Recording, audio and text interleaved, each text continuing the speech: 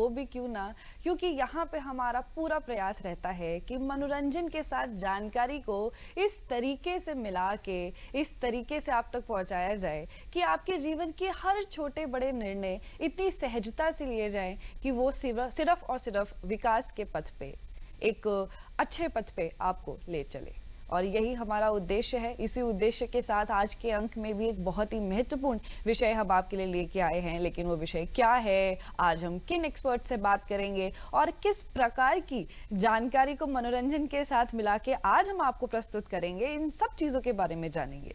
लेकिन इसको जानने से पहले शुरुआत तो हमें उस विचार के साथ करनी है जो विचार पूरे दिन और हो सकता है कि पूरी जिंदगी आपके साथ रह जाए। तो चलिए चलते हैं और जानते हैं आज का सुविचार।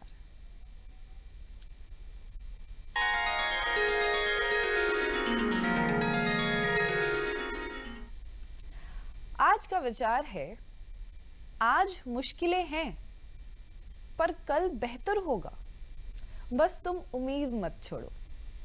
जब हमें लगता है कि चीजें बहुत मुश्किल हैं और अब हमसे कुछ नहीं हो सकता, अब हम हार मानते हैं और इन चीजों को छोड़ देते हैं, अब हम नहीं कर पाएंगे, वही समय है आपकी परीक्षा का जहां आपको उम्मीद नहीं छोड़नी है, प्रयास नहीं छोड़ना है, अपनी दृढ़ता को और मजबूत करना है और उस लम्हे का, उस समय का और उस श्रम का इंतज़ार करना है, उस बिंदु का इंतज़ार करना है जहाँ पे आपकी परिस्थितियाँ बदलती हैं और वो परिस्थितियाँ आपकी तरफ होती हैं, आपके मेहनत की तरफ होती हैं, आपके विचारों की तरफ होती हैं। यही समय होता है और सक्सेस, जिसको हम सफलता कहते हैं, वो भी उसी व्यक्ति तक पहुँचता है जो उतना ज़िद्दी हो, जो इतना दृढ़ हो कि चाहे कितनी भी परेशानियाँ मुश्किल क्यों ना आ जाए, लेकिन वो अपने बात पे अड़ा रहेगा, अपने विचारों पे अड़ा रहेगा।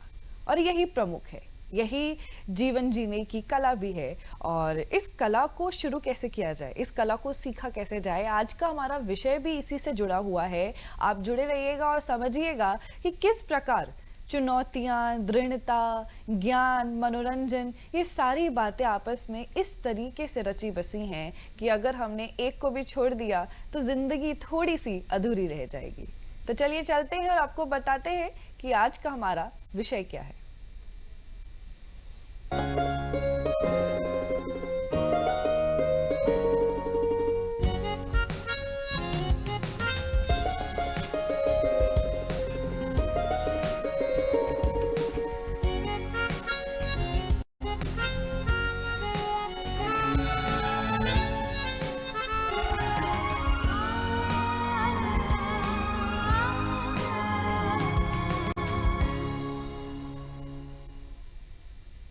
जी हाँ, आज का हमारा विषय बहुत ही महत्वपूर्ण है।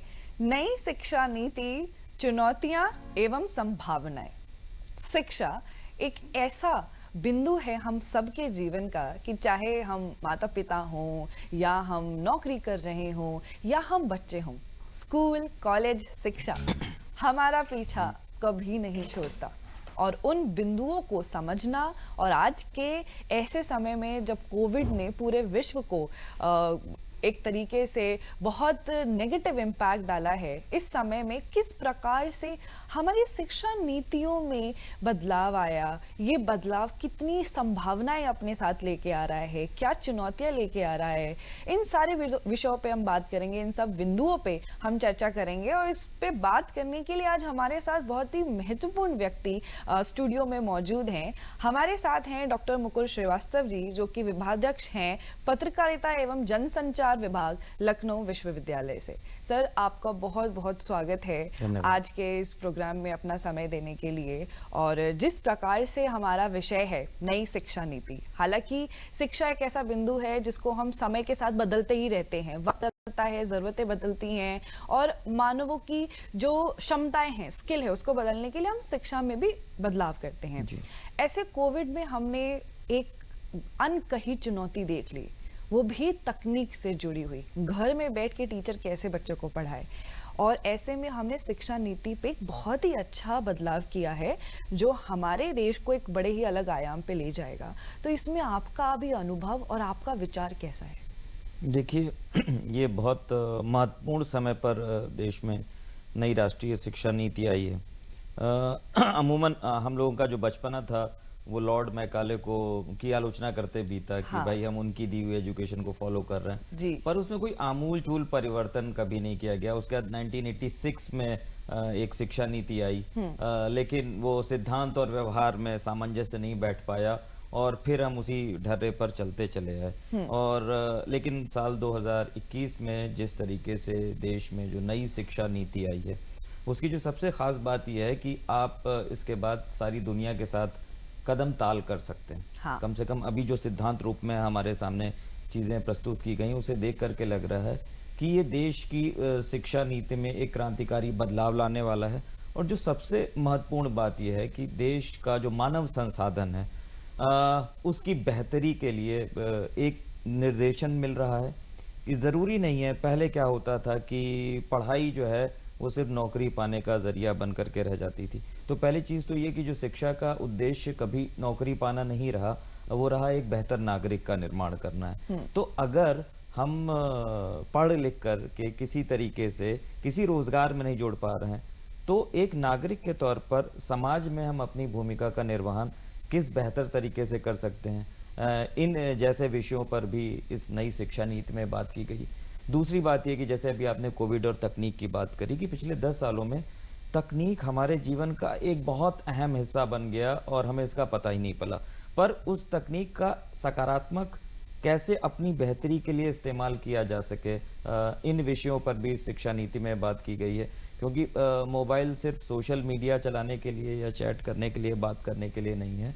जब आपके पास एक ऐसा यंत्र है जो आपके लिए संभावनाओं के नए द्वार खोल रहा है, तो उसकी ओर भी हमें सोचना होगा और उसका इस्तेमाल करते हुए जो देश में बहुत सारी ऐसी चुनौतियां हैं कि बहुत सारे बच्चे ऐसे हैं जो स्कूल नहीं पहुंच पा रहे हैं, तकनीक से अगर उन्हें जोड़ दिया जाए तो कम से कम कुछ बेहतर हो पाएगा। बिल्कुल। और आपको मैं यहाँ इंटरप्ट करना चाहूंगी, एक बड़ी महत्वपूर्ण बात आपने बोली कि जो बच्चे एकदम रिमोटेस्ट एरिया में हैं, ऐसी जगह पे हैं जहाँ पे बहुत सारी सुविधाएं नहीं पहुंच पा रही, हमने कोविड में उन सबको इन चीज़ों के साथ जोड़ा। और हालांकि हमारे पास जो हमारा ई गवर्नेंस प्लान या हमारे पास शिक्षा को डिजिटाइजेशन करने का उद्देश्य था, ये तो हम बहुत समय से रियलाइज कर रहे थे, लेकिन कहते हैं ना कि जब हम अपने कंफर्ट जोन में होते हैं तो बहुत आराम से काम करते हैं, और जब चुनौतियां आ जाती हैं तो उस कार्य की जो गति होती है वो बहुत तेजी से आगे बढ़ जाती है। और सर, आज आपको यहाँ पे बुलाने का मुख्य उद्देश्य था कि पहले पत्रकारिता, जनसंचार हमारे लोकतंत्र का एक चौथा स्तंभ है, हम लोगों को जानकारी देने के लिए इस्तेमाल करते हैं, लेकिन शिक्षा में मीडिया ने कितना महत्वपूर्ण योगदान दिया। और आज हमारे पास एजुकेशन टेक्नोलॉजी नाम से पूरा सेक्शन है जहाँ पे अब मीडिया का महत्व, शिक्षा को लोगों तक पहुँचाने का, ई लर्निंग प्लेटफॉर्म का उदय, ये बहुत तेज़ी से हुआ। तो इसके बारे में आपको क्या लगता है कि क्या ऐसी संभावनाएं आज के समय में होने वाली हैं? मुझे लगता है कि भविष्य तो इसी का है। जो ई लर्निंग की आपने बात की कि पहले क्या होता था कि अपने विषय का कोई बहुत माहिर विद्वान शिक्षक क्लास में जाता था, वो 1 घंटे 50 मिनट की क्लास लेता था। हाँ। और चला जाता था। जो भी स्टूडेंट हैं जो इतने फॉर्चुनेट थे कि वो उसकी क्लास में बैठ पाते थे, उन्होंने नोट्स ले लिए और उसके बाद वो घर चले गए। हाँ। और एक शिक्षक के तौर पर हमें लगता है कि हमारी हर जो क्लास है वो नई क्लास होती है। हाँ। उसमें कुछ नया घटता है, लेकिन उसको डॉक्यूमेंट करने का हमारे पास कोई जरिया नहीं था। वो दिन खत्म हुआ, वो क्लास खत्म हुई और वो विचार चला गया। हाँ। किसी ने अगर नोट किया तो नोट किया, नहीं तो वो बात आई गई हो जाती थी। पर आज हम उस सारे ज्ञान को संजो करके रख ले रहे हैं भविष्य की आने वाली पीढ़ियों के लिए, और हम एक शिक्षक के तौर पर भी कैसे विकसित हो रहे हैं इसे देख सकते हैं, समझ सकते हैं, अपना आत्मचिंतन आलोकन कर सकते हैं और उससे अपने शिक्षण की जो गुणवत्ता है उसको भी बेहतर कर सकते हैं, जो पहली चीज़ है। दूसरी चीज़ ये है कि शिक्षण कार्य करने के बाद जब आप क्लास से बाहर निकले तो चूंकि वो कोई डॉक्यूमेंटेड नहीं है तो कोई रिसोर्स नहीं बन पाता था। पर अगर एक आम शिक्षक का जीवन अगर 25 साल का है और साल भर में उसने 150-200 लेक्चर लिए, तो आप ये सोचिए कि 25 को आप 150 से गुणा कर दीजिए तो कितना सारा रिसोर्स उपलब्ध हो गया हमेशा के लिए। तो सिर्फ वो जो किताबों में नहीं है, जो वीडियो में और ऑडियो के फॉर्म में है। तो उस तरीके से क्या हो रहा है कि जो देश का जो नॉलेज का मामला है, नॉलेज हब है, उसमें हम कंट्रीब्यूट कर रहे हैं। और हमारी जो विदेशी विद्वान हैं, जो विदेशी शिक्षक हैं, जो विदेशी भाषा है, उस पर निर्भरता कम हो रही है। बिल्कुल। और आज के समय पे विदेशी यूनिवर्सिटीज़ और कॉलेजेस के साथ जो हमने बहुत अच्छा कोलैबोरेशन कोविड के समय पे किया है कि हम अपने देश में रह के विदेशी स्तर की जानकारी और उस स्तर के चीज़ों को अपने ही सिस्टम में लागू करना, ये एक बहुत अच्छी बात थी। और सर, एक बड़ी महत्वपूर्ण बात आपने कही कि हमने रिसोर्सेज इकट्ठे किए हैं। हम केवल एक ट्रेडिशनल किताबें, जो लिमिटेड रिसोर्सेज थे, और वो जो प्रक्रिया चल रही थी पारंपरिक रूप से कि आप आए और आपको यही पुस्तक पढ़नी है, अब उसमें बदलाव आया है। हम अपने विचारों को बहुत अच्छी तरीके से डॉक्यूमेंट कर सकते हैं, लेकिन इसमें एक चुनौती भी बहुत ज़्यादा आई है। शिक्षक के पास इतना अनुभव होता है कि जब वो बच्चों तक पहुंचता है तो शिक्षक की उम्र ज़्यादा हो जाती है, और ऐसे में हम एक ढांचे में ढल जाते हैं। तकनीक ने बड़ा परेशान किया है शिक्षकों को, क्योंकि जब उनकी क्षमताओं को टेस्ट करने या आप कैसे अच्छे शिक्षक हैं इसका टेस्टिंग होता था, तो टेक्नोलॉजी को कभी ध्यान में नहीं रखा गया। और आज के समय पे अलग अलग ई लर्निंग प्लेटफॉर्म पे स्टार्ट कैसे करें, ऑफ कैसे करें, क्या बोलें, बच्चों से कैसे डिसिप्लिन मेंटेन कराएं, ये बच्चों के लिए और शिक्षकों के लिए, चाहे वो स्कूल हो, कॉलेज हो, पीएचडीज हो, सबके लिए बहुत मुश्किल था। तो किस तरीके से इन चुनौतियों को हैंडल किया है आपके विभाग ने और चीज़ों ने? देखिए, एक शिक्षक के तौर पर मैं यहाँ पर उन सारे शिक्षकों का प्रतिनिधित्व कर रहा हूँ जो इस तरीके की चुनौतियों से दो चार होते हैं। पर मेरा ये मानना है कि 21वीं शताब्दी की बात हो रही है, और जब शिक्षक की बात होती है तो माना जाता है कि हम लोग एक रोल मॉडल होते हैं, लोग, दुनिया हमें फॉलो करती है। तो एक आदर्श शिक्षक के लिए ज़रूरी है कि वो फ्लेक्सिबल हो, हाँ। वो रिजिड ना हो, क्योंकि हम अपने बच्चों को यही बताते हैं कि जिद मत करो, आगे ज़िंदगी बड़ी है, फ्लेक्सिबल रहो। तो जब आपके ऊपर आई तो आप हैरान हो गए, परेशान हो गए। मेरे ख्याल से ये बात ठीक नहीं है। तो फ्लेक्सिबिलिटी की बात है। और देखिए, जो तकनीक है ना, वो इतनी आसान हो गई है कि आपको बस इस पे थोड़ा सा धीरज के साथ समय बिताना है, बाकी की चीज़ें अपने आप आसान हो जाएंगी। मैं एक छोटा सा एग्जाम्पल देता हूँ कि जब हमारे घर में कोई नया टेलीविज़न आता है तो उसके साथ एक रिमोट आता है, और उस रिमोट को चलाना हम कोई किसी मैनुअल से नहीं सीखते। हाँ। हम चलाते रहते हैं और सीख जाते हैं कि इस बटन से ये होता है, इस बटन से ये होता है। तो उसी तरीके से इस नई तकनीक को सीखने की कोई ऐसी ज़रूरत नहीं है, बस आप इसका इस्तेमाल करते रहिए और फिर देखिए कि चीज़ें आसान हो जाएंगी। जैसे समय कभी पीछे नहीं लौटता है। ये जो ऑनलाइन क्लासेस या जो ऑनलाइन मीटिंग का सिलसिला शुरू हुआ है, इसका एक व्यवहारिक पक्ष ये है कि अब ये बंद नहीं होने वाला है। जैसे कि हम लोगों के विश्वविद्यालय में जब पीएचडी का एग्जाम होता है तो एक एग्जामिनर भारत के किसी कोने से आता था। अब उसके आने जाने का खर्चा, ठहरने की व्यवस्था और ये जो सारी चीजें हैं, एक तनाव का कारण, उससे भी समय निकालना पड़ता था। हाँ। अब ये रिलैक्सेशन दे दिया गया कि आप ऑनलाइन वाइवा कर सकते हैं। हाँ। तो आप ये देखिए कि समय भी बच रहा है, सरकारी धन भी बच रहा है, और इस बचत से जो चीजें हो रही हैं समय से और धन से, उससे हम कुछ और चीजें और हमारी रीचेबिलिटी सिर्फ राष्ट्रीय स्तर पे या राज्य स्तर पे नहीं, अंतर्राष्ट्रीय स्तर तक पहुंच गई है। ये अपने आप में बहुत अनोखी बात है।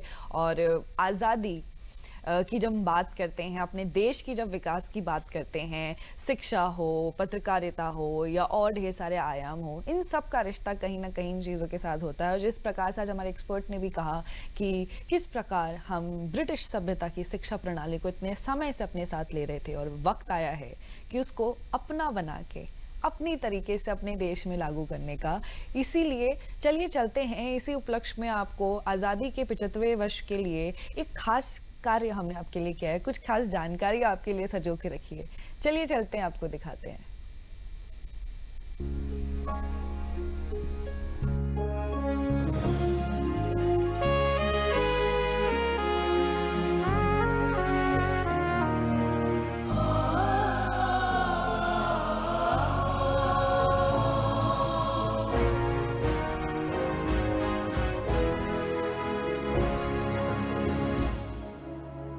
यूं तो देश में स्वाधीनता आंदोलन सन 1857 में मेरठ में सैनिक विद्रोह से शुरू हुआ।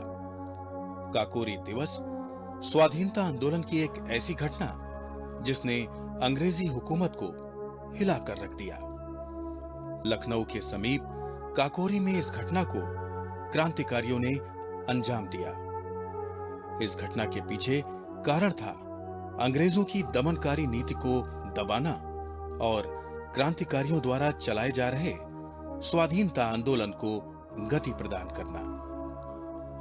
7 अगस्त सन 1925 को शाहजहांपुर में चंद्रशेखर आजाद के नेतृत्व में एक बैठक हुई, जिसमें राम प्रसाद बिस्मिल, अशफाक उल्लाह खां, राजेंद्र नाथ लाहिड़ी, सचिंद्र नाथ तथा मनमथ नाथ गुप्ता सहित कई क्रांतिकारियों ने शामिल होकर एक बड़ी योजना बनाई और ये तय किया गया कि सहारनपुर से लखनऊ आने वाली 8 डाउन पैसेंजर से लाए जाने वाले अंग्रेज सरकार के खजाने पर कब्जा कर लिया जाए।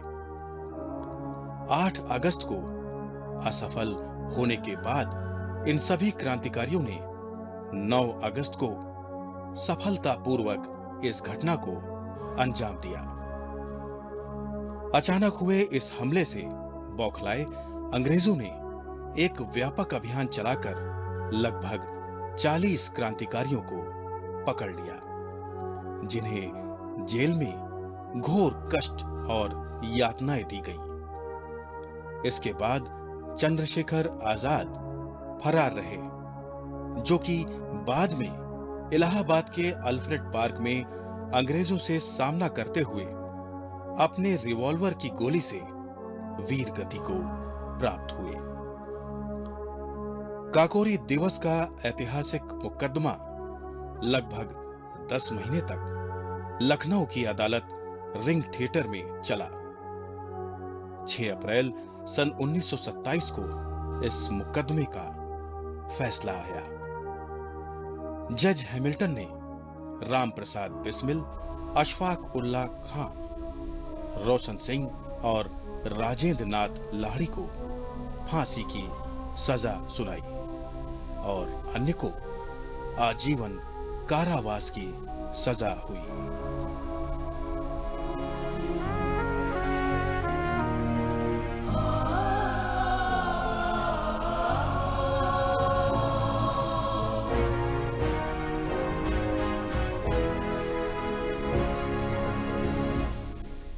एक बार फिर से आपका स्वागत है आपके अपने कार्यक्रम नमस्ते यूपी में, जहां पे हम बात कर रहे हैं नई शिक्षा नीति, उनकी चुनौतियां और उनकी ढेर सारी संभावनाएं। और अभी आप आज़ादी के 75वें वर्ष के वर्षगांठ में ये क्लिप देख रहे थे। ये इसलिए महत्वपूर्ण था कि जिस प्रकार से हम जो भी चीज़ अपनी दिनचर्या में, अपनी आदतों में शामिल करते हैं, वो हमारे जीवन का एक महत्वपूर्ण हिस्सा बन जाती है। इसी प्रकार शिक्षा है, इसी प्रकार आज़ादी है। अगर ये हमारे विचारों में जिंदा है, अगर हम इसकी महत्वता को हर रोज महसूस करते हैं, ये तभी तक हमारे साथ जिंदा है। और इस बात को एहसास में रखना भी बेहद आवश्यक है। और कैसे रखेंगे इसको? शिक्षा के साथ। और शिक्षा बदल रही है, चुनौतियां आ रही हैं और संभावनाओं की तरफ हम पहुंच रहे हैं। चलिए इसी श्रृंखला को आगे ले चलते हैं। सर, हम संभावनाओं की बात कर रहे हैं और आज के समय पे सबसे महत्वपूर्ण जो बदलाव आया है वो बच्चों की स्कूल शिक्षा के साथ साथ कॉलेज यूनिवर्सिटीज़ की शिक्षा में आया है, जहाँ पे अब बच्चा सिर्फ आर्ट्स, ह्यूमैनिटीज़ और साइंस के साथ नहीं, बहुत ही कस्टमाइज विषय अपनी क्षमताओं के हिसाब से ले सकता है। वहीं पे 3 साल हम कॉलेज यूनिवर्सिटी में फंस जाते थे कि डिग्री करने के बाद ही नौकरी मिलेगी, और बहुत सारे बच्चों की आर्थिक स्थिति या घर का माहौल अच्छा नहीं होता था, कोई दुर्घटना हो गई और उनको अपनी पढ़ाई बीच में ड्रॉप करनी पड़ती थी, तो वो जो 1 साल दिया, 2 साल दिया, उसकी कोई कीमत नहीं रही। लेकिन अब अगर आपने 1 साल किया तो वो सर्टिफिकेट है, डिग्री है, डिप्लोमा है। ये कितना महत्वपूर्ण रहेगा बच्चों के स्किल्स को और उनकी क्षमताओं को उभारने के लिए। ये बहुत महत्वपूर्ण रहेगा। देखिए, जैसे दुनिया बदली वैसे शिक्षा भी बदली, अच्छी बात ये है। पुराने ज़माने में यहाँ से 10-15 साल पहले हमारे पास ऑप्शन बड़ा कम रहा करते थे। पर अगर आप दिवाली आ रही है, आपको घर में पुताई भी करवानी है, तो आप पेंट शॉप पर जाते हैं तो कस्टमाइज पेंट आपके लिए क्रिएट कर देता है कंप्यूटर से। तो और इसीलिए दुनिया आज की ज़्यादा रंग बिरंगी है। उसी तरीके से शिक्षा भी बदलनी चाहिए थी। देर आए दुरुस्त आए। तो अब अमूमन ये होता है कि मान लीजिए कि हर इंसान पढ़ने के लिए नहीं पढ़ रहा है, कुछ नौकरी पाने के लिए पढ़ रहा है, कुछ घर वालों के दबाव में पढ़ रहा है। तो ये अंतर होना बहुत ज़रूरी है कि जो वास्तव में गंभीरता से पढ़ना चाह रहा है उसे पढ़ने के मौके मिले, और जो नहीं पढ़ना चाह रहे हैं उन्हें बाहर जाने का ऑप्शन मिले।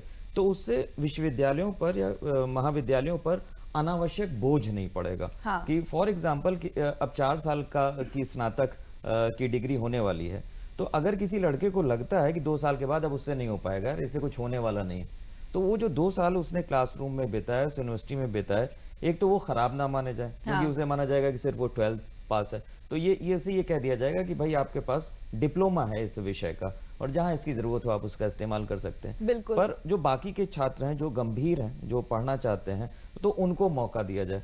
तो इससे क्लास में अंत में उन्हीं गंभीर विद्यार्थियों की संख्या बचेगी जो पढ़ना चाहते हैं वास्तव में, और बाकी के लोग जो हैं उनको ऑप्शनल एग्जिट का ऑप्शन मिलता रहेगा, तो वो जाते रहेंगे। ये जो दूसरी जो सबसे महत्वपूर्ण बात है वो ये है कि जैसे कि मान लीजिए कि मैं जीवन में संगीत सीखना चाहता था, हाँ। लेकिन जो ग्रेजुएशन की पढ़ाई में मेरे पास ऐसा कोई ऑप्शन नहीं था कि मैं कोई संगीत की कोई शिक्षा ले सकूं।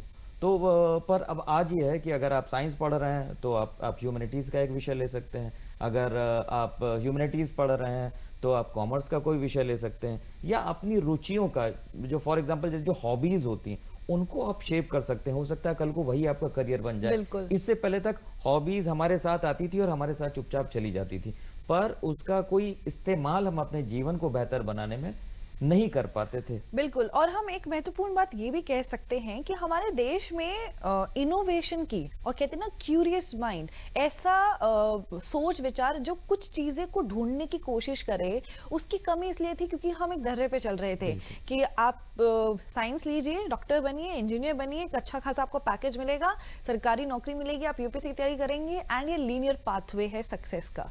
लेकिन अब हम बहुत सारे यंग इनोवेटर्स को अपने आसपास देख रहे हैं, और इस प्रकार की शायद शिक्षा प्रणाली ऐसे मस्तिष्क को, ऐसे स्किल्स को और विकास करने में मदद करेगी। जी, अगर मैं सही हूं तो? नहीं, बिल्कुल आप सही कह रही हैं कि अब आप अपने आसपास के बच्चों को देखिए, उनको मोबाइल फोन कोई चलाना नहीं बताता है, और वो अपना यूट्यूब चैनल बना लेते हैं, दुनिया भर के ऐप्स ढूंढ लेते हैं। हाँ। और अगर मैं अपना एग्जांपल दूं तो मेरा जो छोटा भतीजा है 10 साल का, वो प्रॉपर फिल्म बना रहा है। हाँ। और वो कहाँ से ऐप्स ढूंढ रहा है कि मुझे भी नहीं पता, जबकि मैं इसी विषय में हूँ कि ये ऐप्स आ गए। तो ये कोई चीज, अब ये अगर उसकी प्रतिभा है और ये इसी विषय में आगे बढ़ना चाहता है, तो फ्लेक्सिबिलिटी होनी चाहिए। हाँ। कि मान लीजिए कि उसने थोड़े दिन विज्ञान पढ़ लिया और फिर उसे लगा कि नहीं इसमें भी उसका, तो उसने माइनर एक पेपर ये भी ले लिया। हाँ। तो इससे क्या होगा कि जो इनोवेटिव माइंड्स हैं उनको बांधा नहीं जाएगा कि नहीं आपको यही पढ़ना है और इसी तरीके से आगे बढ़ना है। जीवन के किसी भी मुकाम पर आप किसी भी तरीके का निर्णय ले सकते हैं, उसमें सिस्टम बाधा नहीं बनेगा। शिक्षा के क्षेत्र में ये जो सबसे बड़ी महत्वपूर्ण बात। बिल्कुल। और जो शिक्षा है उसकी परिभाषा वक्त के साथ बदलती है। हर व्यक्ति के लिए शिक्षा सिर्फ क्लास में बैठ के ढेर सारा होमवर्क करना और ढेर सारी पुस्तकें पढ़ना नहीं होता। कोई करके सीखना चाहता है, कोई थोड़ी सी शिक्षा लेके उसको पहले अप्लाई करना चाहता है और फिर कुछ और सीखना चाहता है। हमारा दिमाग चंचल है और हम सब की सीखने की प्रक्रिया अलग है, और इसी चीज को समझ के उसके ऊपर कार्य करना और शिक्षा प्रणाली को इस तरीके से बनाना कि आपके दिमाग को, आपको एक समय मिले खुद को जानने के लिए, पहचानने के लिए। और वो लोग जो पारंपरिक शिक्षा प्रणाली का हिस्सा थे और सोच रहे थे कि अब हमारी जिंदगी खत्म हो गई, अब हम कुछ नहीं कर सकते, अब कहाँ हम जाएंगे पढ़ेंगे, शायद इस शिक्षा प्रणाली ने उनके लिए भी नए दरवाजे खोल दिए हैं। तो अगर आपको लगता है कि आपकी सीखने की उम्र चली गई है तो आप गलत हैं। नई शिक्षा नीति सबके लिए है और शिक्षा की, सीखने की कोई उम्र नहीं होती। इसलिए इस विचार को अपने साथ रखिएगा, मुश्किलों से हारिएगा मत और अपने दृढ़ता के साथ अपने फोकस को सही रखिएगा। हम फिर मिलेंगे ढेर सारी जानकारियों के साथ। सर, आप हमारे स्टूडियो में आए, इतनी महत्वपूर्ण जानकारी, इतना महत्वपूर्ण अनुभव हमारे साथ आपने साझा किया, उसके लिए आपका बहुत बहुत धन्यवाद।